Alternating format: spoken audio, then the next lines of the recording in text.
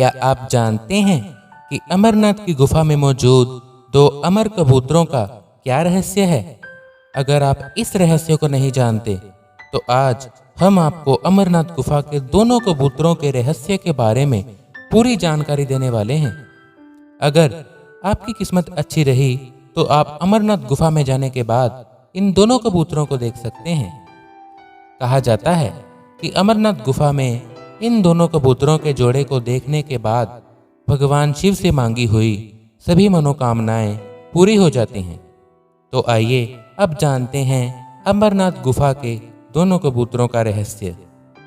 पौराणिक मान्यताओं के अनुसार कहा जाता है कि एक बार माता पार्वती ने भगवान शिव से उनके गले में मुंड यानी सिर की माला पहनने का कारण पूछा, तो भगवान शिव ने पहले तो माता पार्वती की बात को अनसुना कर उसे टाल दिया, लेकिन एक बार माता पार्वती उस बात को जानने के लिए अपनी जिद पर अड़ गईं। तो भगवान शिव ने माता पार्वती से कहा कि ये मुंड तुम्हारे ही हैं। जब भी पार्वती जन्म लेती है तो मैं एक और मुंड इस माला में जोड़ लेता हूँ। फिर माता पार्वती जी ने भगवान शिव से पूछा कि मुझे हर बार एक नए रूप में आना पड़ता है और वर्षों तपस्या करने के बाद आप मुझे मिलते हैं। मेरी इतनी कठिन परीक्षा क्यों? मुझे भी अमर होने का रहस्य बताइए। भोलेनाथ माता पार्वती को समझाते हुए कहने लगे कि मैं अमर कथा की वजह से अमर हूँ, जिसे त्रिदेव अर्थात ब्रह्मा, विष्णु और महेश के अलावा कोई भी दूसरा देवी देवता नहीं जानता। और उस अमर कथा को जो भी व्यक्ति सुन लेता है वह भी हमारी तरह अमर हो जाता है।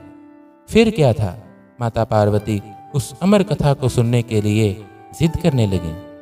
कुछ देर बाद भगवान शिव उस अमर कथा को माता पार्वती को सुनाने के लिए राजी भी हो गए। माता पार्वती को वह कथा सुनाने के लिए भगवान शिव किसी गुप्त जगह की खोज में थे, जहां पर भगवान शिव और माता पार्वती के अलावा दूसरा कोई और ना हो।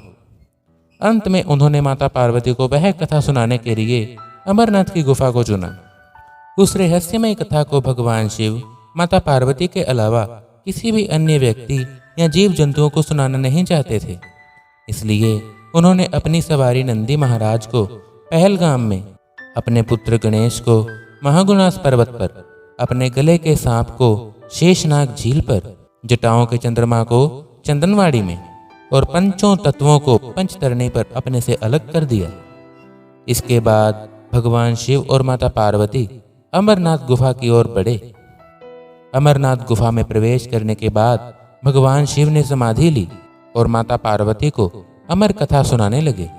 भगवान शिव और माता पार्वती के गुफा में प्रवेश करने से पहले से ही उस गुफा में 2 कबूतर पहले से ही मौजूद थे, जिन्हें देखे बिना ही भगवान शिव ने अमर कथा सुनाना शुरू कर दिया। जब भगवान शिव माता पार्वती को कथा सुना रहे थे तो कथा सुनते सुनते माता पार्वती को नींद आ गई, लेकिन भगवान शिव माता पार्वती को बिना देखे कथा सुनाए जा रहे थे।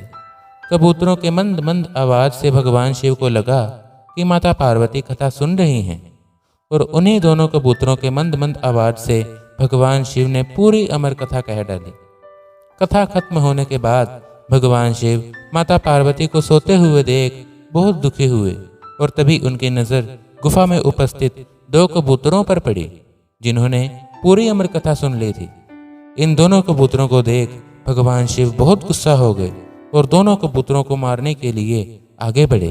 तभी दोनों कबूतर उनकी शरण में आ गए और उनसे कहने लगे कि अगर आप हम दोनों को मार देंगे तो अमर कथा का कोई अस्तित्व ही नहीं रह जाएगा, यानी अमर कथा झूठी साबित हो जाएगी।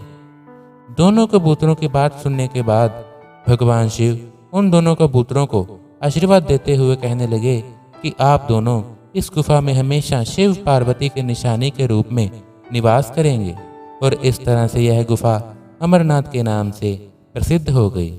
मैं आशा करता हूँ कि यह जानकारी आपको पसंद आई होगी। अगर आपको यह जानकारी पसंद आई हो तो कमेंट बॉक्स में हर हर महादेव लिखना बिल्कुल ना भूलें, और अगर आप चैनल पर पहली बार आए हैं तो हमारे इस चैनल SM1 भारत को सब्सक्राइब करने के साथ साथ बेल आइकन पर क्लिक करके ऑल पर क्लिक करना ना भूलें। धन्यवाद। हर हर महादेव। ओम नमः शिवाय। For more updates, subscribe to our channel M1 Bharat.